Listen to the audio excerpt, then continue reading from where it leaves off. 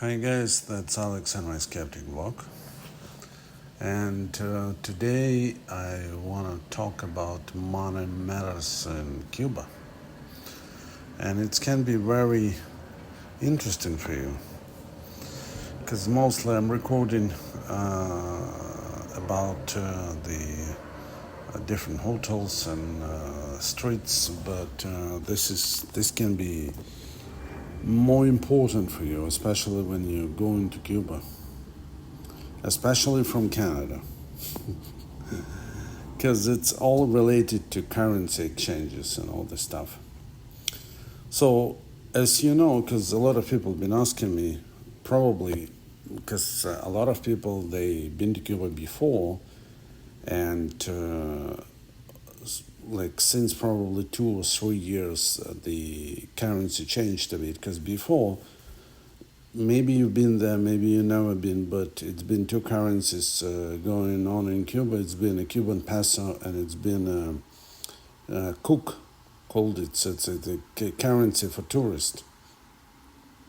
So you could exchange it probably. The exchange rate was around $1. 30 cook. It was $1 one cook. They've been exchanging it one for one, but it's been before the pandemic era. And then the Cuban peso was around 30 Cuban peso for $1. So, but it was all before pandemic. So during the pandemic, everything was closed, and even we wanted to go, they didn't accept anyone. All the resorts were closed, and we've been staying home. Because, as you understand, Cuba is under sanctions with our biggest democracy. But when it's not a talk about it, so they're under sanctions, and the main income, what they have, even the country, it's coming from the tourist.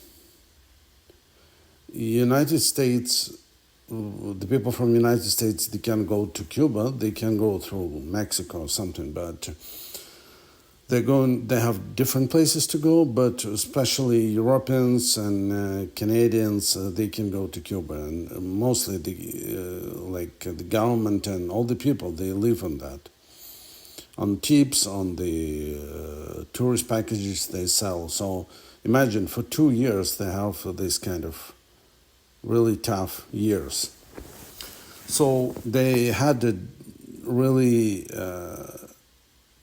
their Cuban passages fell and fell and fell. It was such a high inflation that now it's a bit tricky. So now, if you come into Cuba, and for sure you can pay the package, which is all included, and you don't have to buy anything. And especially if you go into some resorts like at Cayo Coca, Guillermo, Santa Maria, those resorts are far from the cities. So for sure you can buy the tourist packages, which you can go around Cuba, but they're pretty costly if you go anywhere. And still, you come into the resort, you got everything, and it doesn't matter what you paid for the resort, but it's all inclusive there. But, for example, if you're coming to Havana, or if you're staying at Varadero, because the Varadero, it's still kind of the best kind of respected resort, especially with the temperature and with the water. So if you go into Varadero, there are plenty of things to do. It's not just staying at the resort, because at Varadero, you can just go outside the resort, and you're going to be on this first avenida. It's the first street there. They probably have two of those in Varadero, and then it's a main street, and then It goes through the island, and actually there is a bus going there. It costs $5, and you're paying for a whole day from 10 to 5 to 5. It goes around the like the island, and probably there are 3 buses, something double deckers. But anyway, so you can go to different resorts and not resorts. You can go like through the city. You can see how the people live, and there are plenty of souvenir shops, plenty of different restaurants. Because now the Cuba, even if it's under the sanctions, it's still growing. They have the investments from different countries coming there. So now they can. They have some already private businesses going around, like different restaurants, cafeterias, all this stuff. And it can be really entertaining, especially at night, because when you're staying at the resort, they have something happening there, probably a dance or some kind of disco. But then it all ends around maybe 10, 30, 11, and then that's all. It's quiet. For sure you can go somewhere, but at the resort, staying at the bar, but still, it's not a big fun. That's why when you go into Varadero and you're staying in different resorts, you can go just leave your resort, go on the main street, and if you stay in there, it's going to be really fun. Even during the day, you can walk there. And during the night, there are plenty of things to do. That's especially, if you're listening to that can be interesting for you if you go into Varadero, and majority of people, they're going to Varadero. So what's happening with the money matters? So it's really tricky right now. So they don't have this cook for tourists, those money. Now they return to Cuban pesos, which been long before. But because of the inflation, the exchange rate it's kind of crazy. So as I told you before, like years and years ago, it was probably $1 and you could get 30 pesos. Right now, if you go into the bank, for sure, in the bank, you will get a real minimum. I don't really know the real exchange rate at the banks, but it's, trust me, it's not even 100. It's less than that. So what's happening? Why it's called money matters? Because what I realized right now, that now if you go to the restaurant or you're going to buy souvenirs, or doesn't matter where you go, and you pay, especially if you're buying something, you purchase something, you can pay with the Canadian dollars, because I'm from Canada. You can pay with the American dollars, and you can pay with the Cuban peso. And what's tricky, because if you look at those 3 currencies, so the price you're going to pay for anything you want to buy going to be completely different. That's the trick part.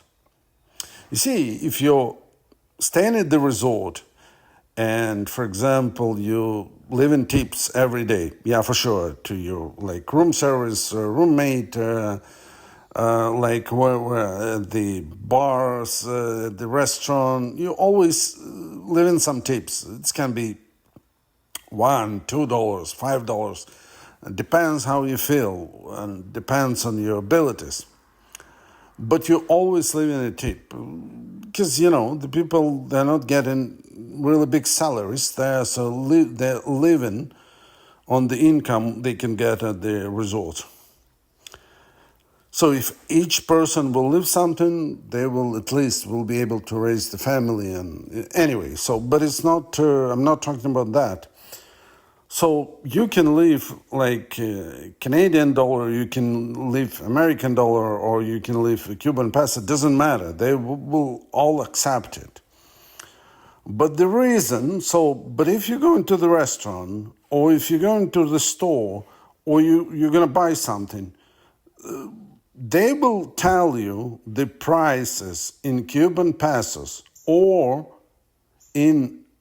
because in Cuban pesos, if you go into the restaurant, they must have a price of purchase in Cuban peso. For example, you go into the restaurant and you can see that it's written, for example, a shake or something like, or mojito costs, for example, 500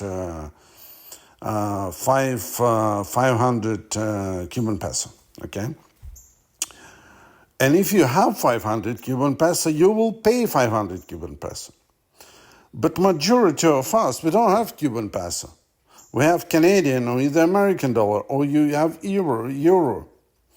So then you will tell them, okay, 500 pesos, how much in dollars? They will tell you, okay, 5 American dollars. Okay? So, 500 peso, a mojito. But because you don't have 500 peso, you will pay in dollars. So for you, it's going to cost $5 or $6.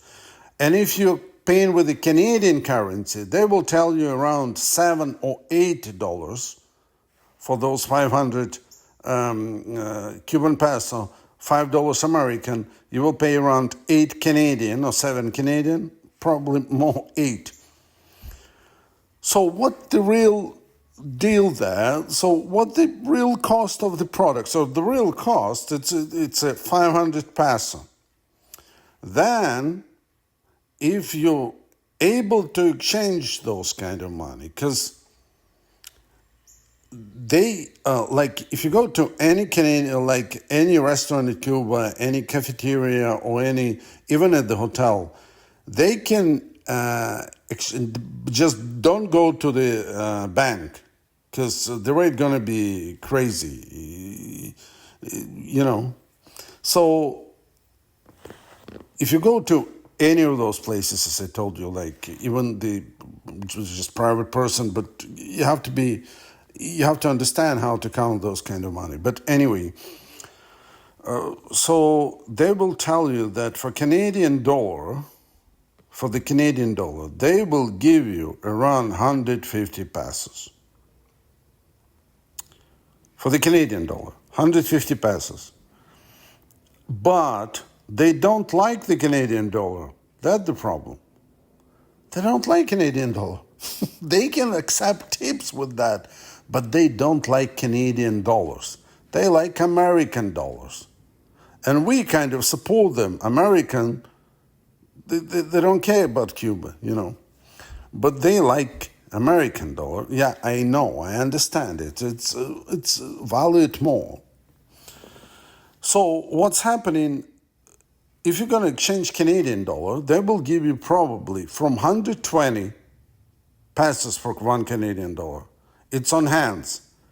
To 150 pesos, and it's going to be rare. And probably it's going to be impossible to get more than 180 pesos for 1 Canadian dollar. Yes, you can, and I found a spot where they could give me 200 for 1 Canadian dollar.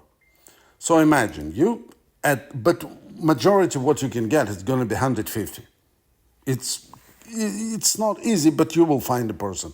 You will find a restaurant which is going to give you 150 pesos for 1 Canadian dollar.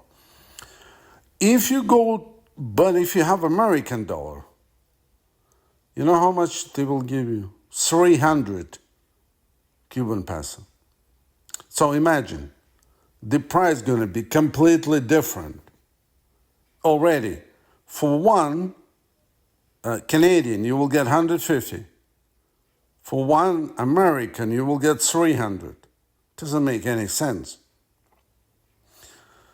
So imagine if you go to the restaurant with your girlfriend or someone, with your friend, or even you go alone, and you're going to exchange your Canadian dollar to pesos.